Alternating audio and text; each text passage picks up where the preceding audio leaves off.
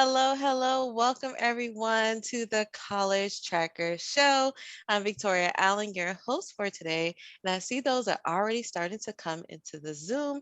And welcome everyone that is watching via live stream. So we have a special presentation for you today. We have Public Ivies schools with us that are the country's leading public institutions. So we are going to start with Miami University, and then we'll also have William and Mary joining us. So make sure if you have questions to write them in the chat or the Q&A box if you're viewing via Zoom, or if you're watching on our social media platforms, write those in the comments and we will hand those over to our guests for the day. So we have Mindy here with us that's going to kick us off with Miami University. How are you today, Mindy? Good. How is everyone doing today? Excellent, excellent. Well, Mindy, I'm going to hand it over to you to tell us more about Miami University. Awesome. Well, thank you so much, Victoria. Hello, everyone. My name is Mindy Yu. I'm the Associate Director for International Enrollment at Miami University.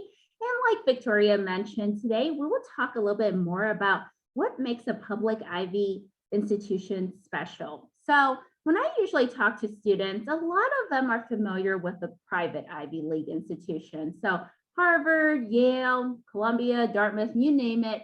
But a lot of students are kind of curious about the public Ivy League institutions. So tonight I will present to you Miami University, and we are actually a part of a group of 8 original public Ivy League institutions. So I know my colleague from the College of William and Mary, who will present after me, we are also part of this Elite 8, what I would like to call it. So this term was actually coined way back in 1985 by a dean of admission from UC Santa Cruz. And they are also part of this group of elite public Ivy League institutions. And the idea is to really provide an Ivy League education to students at a public school cost. So you're not missing out in terms of the caliber of the education, and you are still getting the same type of selectivity that you will get from the private institutions and the quality, which is really important. And these institutions all have the resources to help their students succeed. So it's really important when you look at schools in the US. If you do look at the public Ivies, they really provide this type of quality education to students, and not to mention the prestige. And so I think that goes a long way when you tell your parents, you tell your family members about where you're going for college. And so for us at Miami University, what is really unique is that I will talk a lot about the personal attention that we really provide to our students throughout their college career. And just to kind of give you a brief introduction to Miami University, because I know a lot of you are probably sitting there wondering, where is Miami University? Is it in Florida? Well, actually, our university was established in 1809, way before Florida became a state. So that kind of gives you a little idea in terms of where the name Miami University came from. It's actually from the Native Americans that once inhabited the land. And so after they left, we decided to name it Miami University. So our institution is located in Southwest Ohio in a city called Oxford, Ohio. And fun fact, Oxford was actually established very similar to Oxford, England. So it really gives off that Victorian vibe, and it's a really beautiful campus. And a lot of you are probably familiar already with Robert Frost, the poet. He did say that Miami University is one of the most beautiful campuses there ever was. So just to kind of scroll through the different seasons at Miami University, we do have 4 seasons in Ohio, but we like to joke that we have 5 construction season, because you see construction barrels all across the interstate highway. But all jokes aside, it's just a beautiful campus. And right now we are hitting our spring season where the flowers are blooming and the students are just about to finish their classes for the semester and head off during the summer to internships and study abroad opportunities, which I'll talk more about later in the presentation, because that makes up a huge component of your education at Miami University. And this is a picture of our fall season where the leaves are changing colors and it's so beautiful to walk across campus. So it's truly a unique place. We are in a college town, and that's the one characteristic about Miami University that really makes it special. Now, think about it. If you graduate from college, you will be most likely working in a city. So, how often is it in your lifetime you get to live in a bubble of a college town and meet other people around your same age? And it's just a very vibrant atmosphere. So, that's my bias in terms of college towns, but we have students from all over the place. 47 different states, 75 different countries, and who knows, your first year roommate might be someone from Brazil, or you might be rooming with someone from Oklahoma. But we do have, even though 20,000 students, but a majority of those students are undergrads. And I'll talk more about why that will be important to you as you start looking at these prestigious institutions. So another characteristic in terms of a US education is that athletics. So athletics is a huge component of our campus life. And so we are NCAA Division One. And I know a lot of students think that maybe football is the most popular Division One sport, but no, it's actually hockey. We actually excel really well in terms of our ice sports. So hockey is really big. Synchronized ice skating, the ladies have won several championships. So you definitely have to go to one game if you ever come to Miami University. But if you don't play any of the varsity sports, we do have 19, by the way. We do have other options such as intramurals or club sports. And speaking about club sports, I would recommend you try out room ball when you're here on campus, because it's really fun. It's a fun Miami tradition where it's similar to hockey, except you wear your shoes. And instead of using a hockey stick, you use a broom. So it's really fun, but you might, get a couple bruises, but at the end of the day, it's really worth it. For those of you who still want to be active on campus, but maybe not, from a sports perspective, we have 600 different student organizations that you can choose from. And my favorite group is a group called the Miami Dropouts. And trust me, they are not a group of students who want to fail out of college. They are actually a skydiving team. So if any daredevils are out there and you want to try that during your college career, go for it. Some of you might love puppies. We have different groups that will train puppies so that they work with students with disabilities and or folks with disabilities. So if you want to give back to the community, you want to do a dance group, you name it, 600 different clubs and organizations that you could choose from. But one important component about a public Ivy League institution is really the academics. And it's not just about sitting inside a classroom and just absorbing the knowledge like a sponge. It's really about taking advantage of hands-on experiences and applying what you've learned inside a classroom into different scenarios. And some of you might be super ambitious and you're like, you know what, I will come out of college with a bachelor's and a master's degree. Great. We have 30 different combined programs that you could take advantage of and get both of them and still graduate in 5 years or less. I was talking to a student the other day and he's telling me, yeah, I have 3 majors and 3 campus jobs. And I asked him, do you sleep well? Like, when do you even sleep? He's like, I sleep just fine. So our student population is very ambitious and very active. And so there's just all these opportunities that you could take advantage of, whether you double major, you do a major and a minor, or even if you just want to do one major and participate in research, that could certainly be an option as well. And back to the part where I talked about where we have a smaller graduate student population, this is why it's important at Miami University. Because while your peers at other institutions are still waiting for their research opportunities as a first-year student, you are already doing it your first year because you're not competing with other graduate students from other institutions for those same opportunities. And so you're doing high-level research right off the bat. And it's unique because that's what Miami University is that it brings all the opportunities from big institutions to really more of a mid-sized institution where you'll still get the personal attention from professors and engage inside a classroom. And another component of an Ivy League education is really the study abroad component where we want our students to be global citizens. And so if any of you, let's see if your geography is really good, if you could guess a country between Germany, France, and Belgium, we do have a fifth campus of Miami University there. And if you guess Luxembourg, you are correct. You could certainly take classes in a 16th century castle, and those credits transfer directly back to the main campus. And it's just a really unique way to see the world and travel through Europe.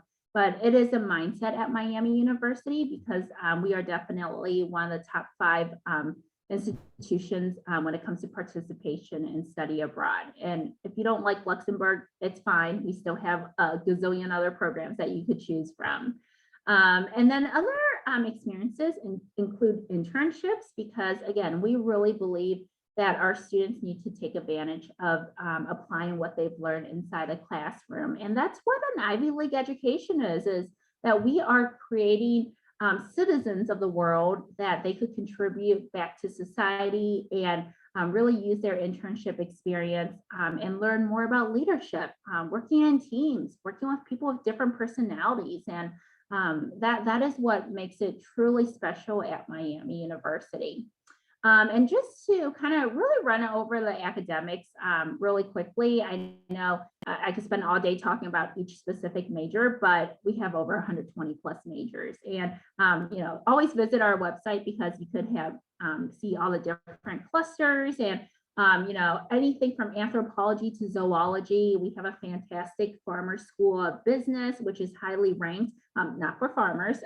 It's basically the name of the business school. So, and then College of Engineering and Computing. It's certainly also a very popular one among our international students. So if you think about computer science, or if you're thinking about any of the engineering majors, we certainly have that as well.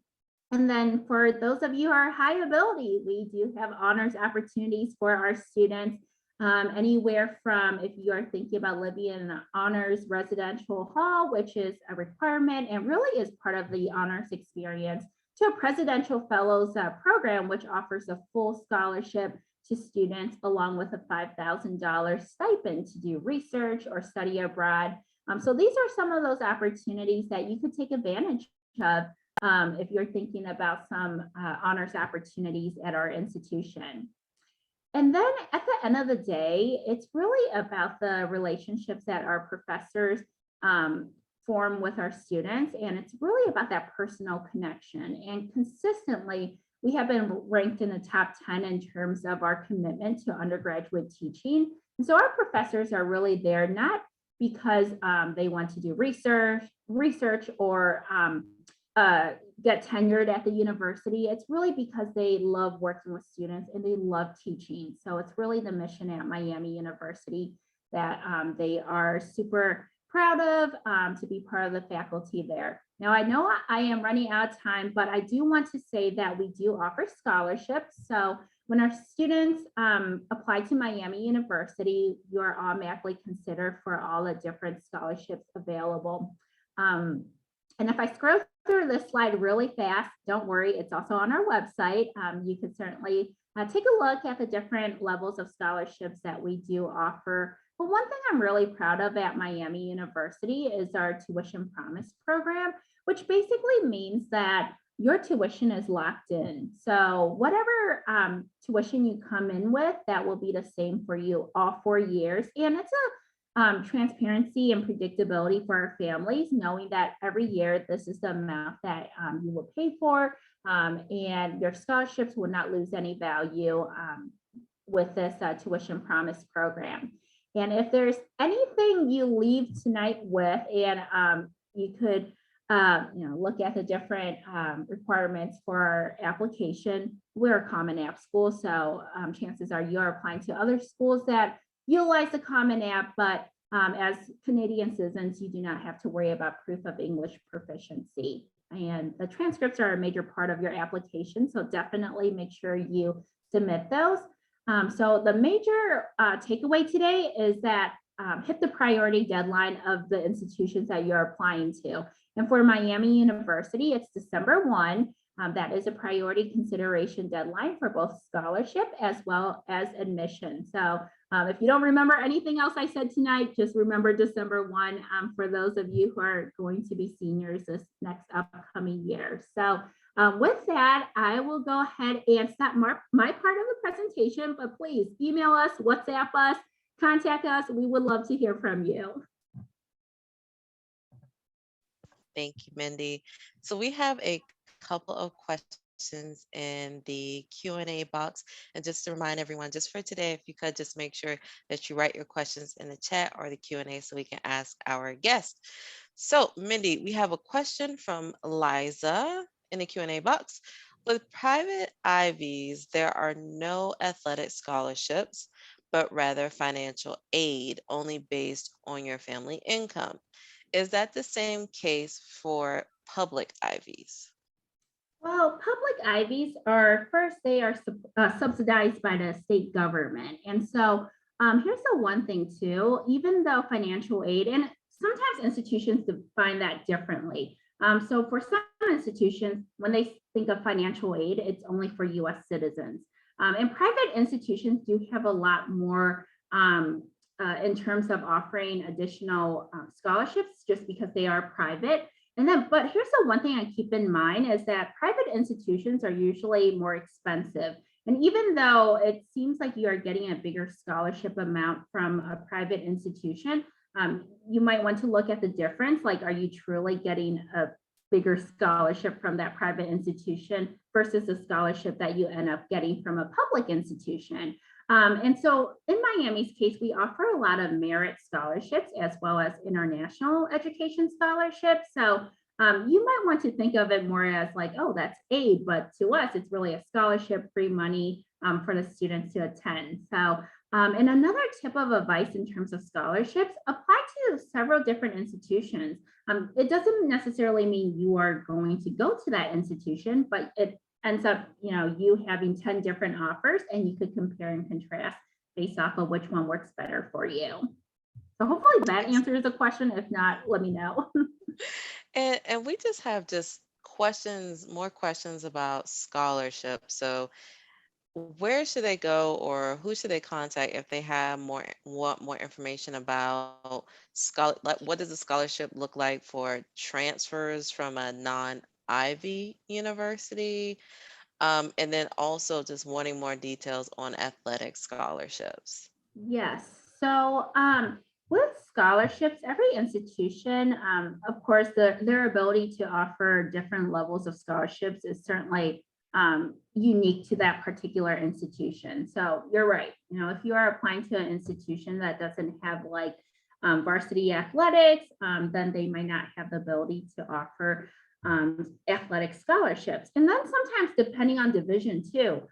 So for example, let's say someone is applying for a soccer scholarship in another division. Sometimes they don't have the capability to offer scholarships just because of the division that they're in. So it also depends on how the different athletic programs are supported at the institution. Even though, let's say, yes, you are applying to a varsity program, but sometimes that varsity sport does not have the funding versus like another sport within the same athletics department at a certain institution. So what I would recommend is, definitely talk to the coaches about, what are your options? And sometimes they're really open about that too. Like it's a two-way conversation. So, sometimes we have coaches coming to our admission office and asking about like, hey, I'm thinking about recruiting the student. How much merit scholarships is admission going to offer? And so we kind of give a sense of what that student would qualify for. And here's the thing too, for us, you cannot make money off of your scholarship. So, maybe athletics will cover some, your merit scholarships might cover another chunk of it. So it's a balance. And I know it's hard to get exact amounts like right up front from institutions, but my best advice is talk to people, talk to your admission counselors, talk to me. I would love to help you through the process. And I think that would probably be the best way to kind of help you get the best offers possible. And then you have until May 1 every year to make that final decision. So Excellent.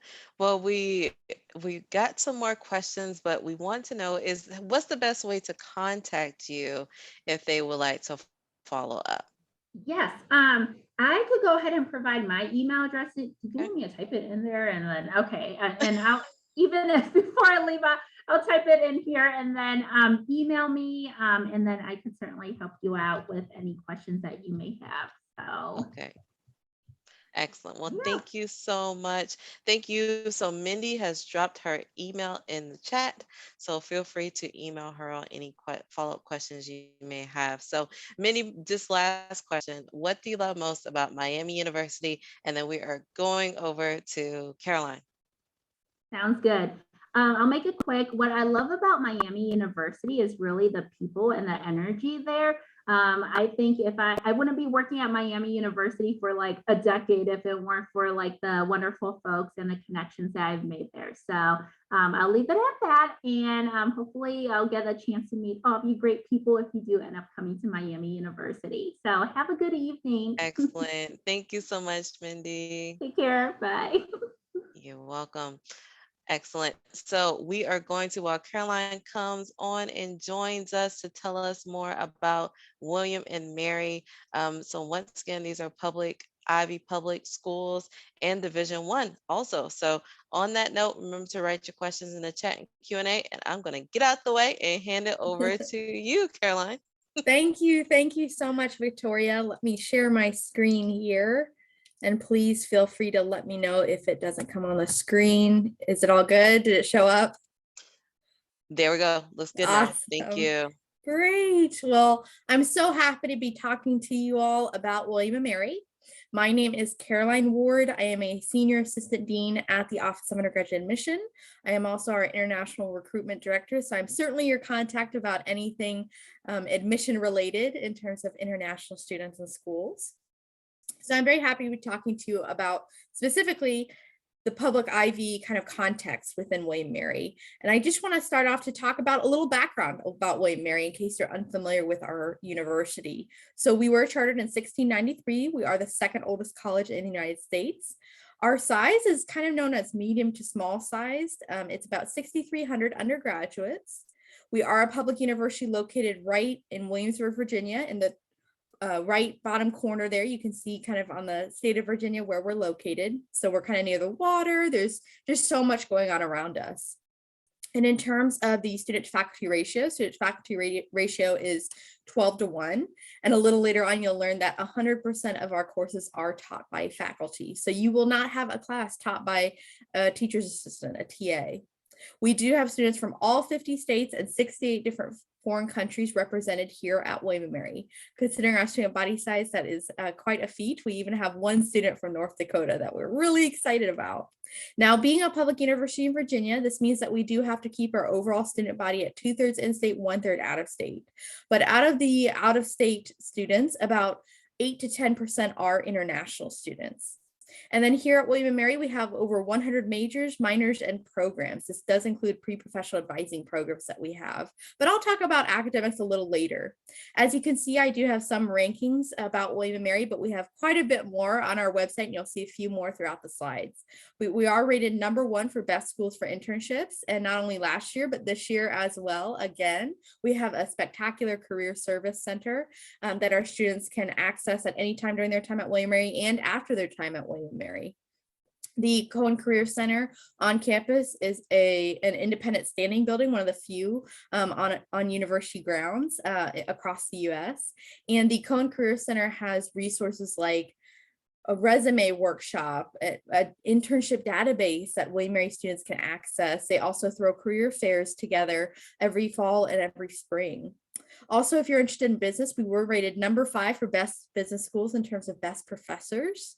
And then we do have about 80% of just our undergraduate students involved in faculty mentored research. So just undergraduate students. Considering the size of our undergraduate students and that public Ivy background, that means that While a lot of universities might have more graduate students involved in research, we have so many opportunities for undergraduates. Now, when I think research, I do think of science, but here at William Mary, I was so wonderfully surprised to learn that research is in any different discipline. It can be in the social sciences, the arts, the humanities, and be in STEM areas if you're interested. So you can certainly pursue research in any area you wish to.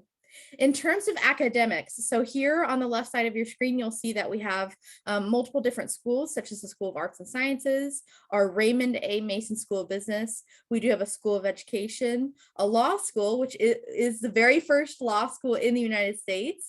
So it is the oldest law school, and it made us a university here at William & Mary. And then we also have the Virginia Institute of Marine Science, also known as VIMS. Now, while we don't have a marine science major, we have a very popular minor if you're interested in that area. And then we do have these pre-professional advising programs. So right here, you can see we have pre-med, pre-vet, pre-dentistry, pre-pharmacy. We also have a pre-nursing track, a pre-PA track, pre-physical therapy, and pre-occupational therapy. We have a pre-law track and a pre-engineering track. So what this means by pre-professional advising programs, this means that if you major in one of the many other majors of William & Mary, such as, let's say you major in biology, then you get that pre-med track if you're interested in pursuing medical school. And this means you would have a pre-med advisor. For example, at William & Mary, our pre-med advisor, her name is Dr. Beverly Scher. She is awesome. And she sends weekly emails to her students with, hospital shadow opportunities, internship opportunities, ways to prepare for the MCAT. So she meets with you and prepares you for that next step after William & Mary. So those pre-professional advising tracks go on top of whatever major or majors you pursue. At William & Mary, you can either pursue one major, two majors, so a double major, or a major and a minor. And then a little bit about campus life, because those are always important facts to know. So at William & Mary, being a public Ivy and academically rigorous, this means that you will have time that is dedicated to your coursework. So you will be focused on your academics some of the time during your time at William & Mary. But you also want to balance that with a social life and get involved. We have nearly 500 clubs and organizations. That's quite a lot considering our university size. Some clubs to mention include our salsa dancing club, our bird club. We have multiple improv groups. We also have a cheese club, which does have a mixer once a year with the guacamole club and the salsa club. And then we also have many, many different clubs to explore, excuse me. During the activities fair, we have every year that freshmen are required to attend. That way you can explore the many opportunities to get involved in extracurriculars. We also have many students that participate in community service opportunities, not only on campus, but in the Williamsburg area and beyond. I will speak a little bit about athletics a little later, but I do want to mention that we have 23 varsity sports. Like Victoria mentioned, we are a Division I school, and we have 45 club sports and many intramural games that you can hop on with friends on a weekend morning. We do have Alma Mater Productions, also known as AMP, that is very student run. They're the ones who plan out the spring concert series that happens on campus every year. They plan different like on-campus big events that engage the student community. And then we also have a Fine and Performing Arts Center opening in 2022, later this year, hopefully this fall, fingers crossed. It is a really wonderful glass and brick structure that's going to open up near our Phi Beta Kappa Hall and our Muscarelli Museum of Art, which is a world-renowned art museum. And then we do have a very wonderful and very important integrated wellness center right in the heart of campus, right next to our student center, also known as Sadler Center. We're rated number 4 for happiest students on the Princeton Review, and about 75% of our students are residential, meaning they do live on campus. I will say that you are required to live on campus your first 2 years. So your freshman and sophomore years, you're required to live on campus. You are guaranteed 3 out of the 4 years for campus living, so you can certainly live on campus more than those first 2 years. There are many apartments, many houses around William & Mary's campus that students like to live off campus with their friends. And then also I've known quite a few students live on campus all 4 years, so that's certainly an option. Now, what makes us unique? What makes us unique and not just being, a public Ivy or our campus size, anything like that? I do want to mention again that research opportunity, being a university that offers so much research just paths to choose for our undergraduate students, and really having that faculty mentored research. This means that you can go up to a professor that you have grown to really enjoy listening to in class and go up to them after one class and ask, what are you involved in research right now? What are you pursuing? And they can tell you, and if you're interested, you could say, can I join your research team? More often than not, they're going to say yes, because they want undergraduates involved in their research. And then if you want to pursue an independent research project, you can certainly do so. I was talking to a William Mary senior the other day, and they were talking about how they took a criminology class here at William Mary, and actually they're a neuroscience major, so it was just one of their elective courses, but it sparked a really strong interest, and she wanted to stay on campus for a summer and pursue a research project. And she went up to her professor and said, can you be my mentor for this research project? And the professor said, absolutely. And there we go. And she got funding to stay on campus that whole summer and not have to pay for herself, because the scholarship covered that. And she pursued research and even is working to get it published. Many of those undergraduate students that pursue research at William Mary are published by the time they graduate. So the size of our school, having more undergraduates than graduate students, we have about 63 undergraduates, like I mentioned, but we also have about 27 graduate students. So quite a few more undergraduate students. Our location is pretty unique. We are right in the heart of Williamsburg, Virginia.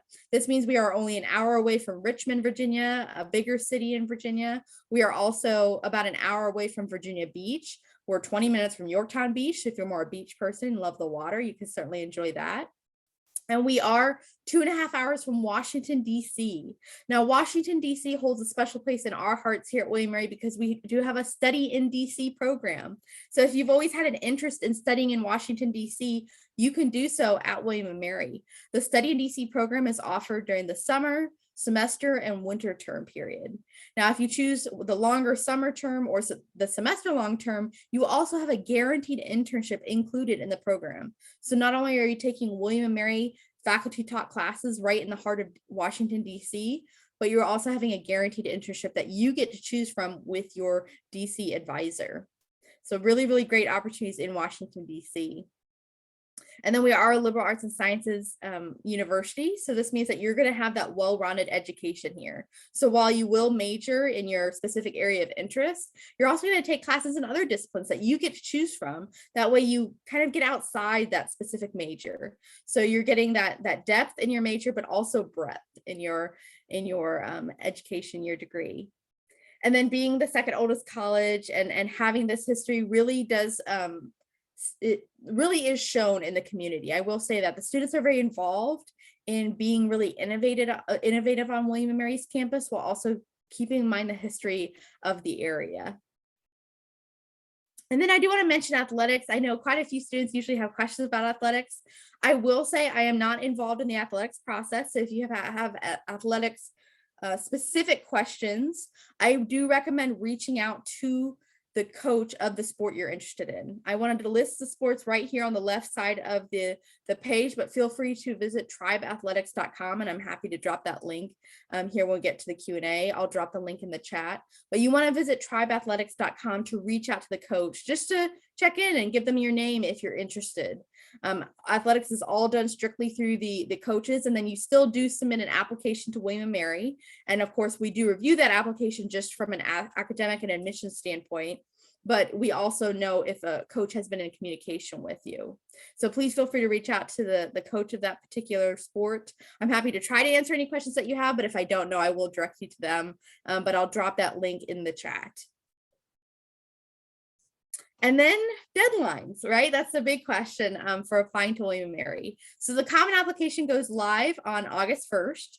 And if you are interested in starting as a freshman at William & Mary, we have 3 different deadlines. We have early decision 1 due November 1st, early decision 2 due January 1st, and regular decision due January 1st. Now, early decision 1 and early decision 2 are binding. So this means if you love William & Mary and it is your #1 choice when you are applying to colleges and universities, then please feel free to consider early decision, because this is the time to do so. It means that you're telling us that we are your #1 choice. Now, with early decision, you do forfeit the opportunity to compare financial aid packages. So if you need to know your financial aid package or need to know scholarship, please apply regular decision. Regular decision is not binding. So you can apply to a bunch of different schools, find out your decisions, find out your aid packages and your scholarship packages, and then you can make your decision.